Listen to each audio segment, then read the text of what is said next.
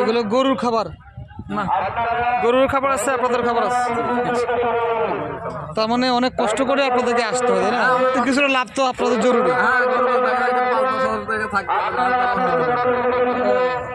শুধু তো এই কয়দিন কষ্ট না, কষ্ট তারা করছেন গরু কেনার জন্য, গরু কিনছেন, বিভিন্ন জায়গায় গেছেন, তারপর নিজে পালা না গরু কিনা? আমার দুটো পালা, দুটো কিনা।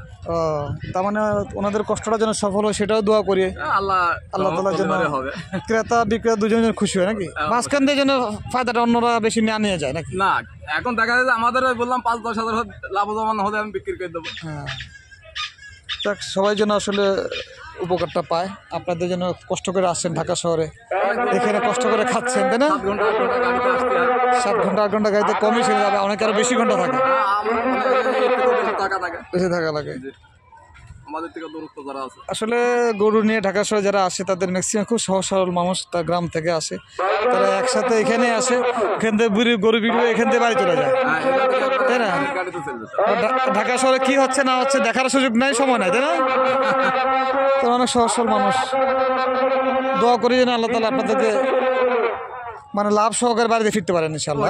আশা করে হয়তো আইছে, আল্লাহ যাতে ভালো করে। না, ঢাকা শহরে মানুষের সামর্থ্য আছে, আশা করে আপনাদেরকে খুশি করে বিদায় করবে। 10-5 হাজার টাকা লাভ হবে হয়তো, দিবে ইনশাআল্লাহ, দিবে।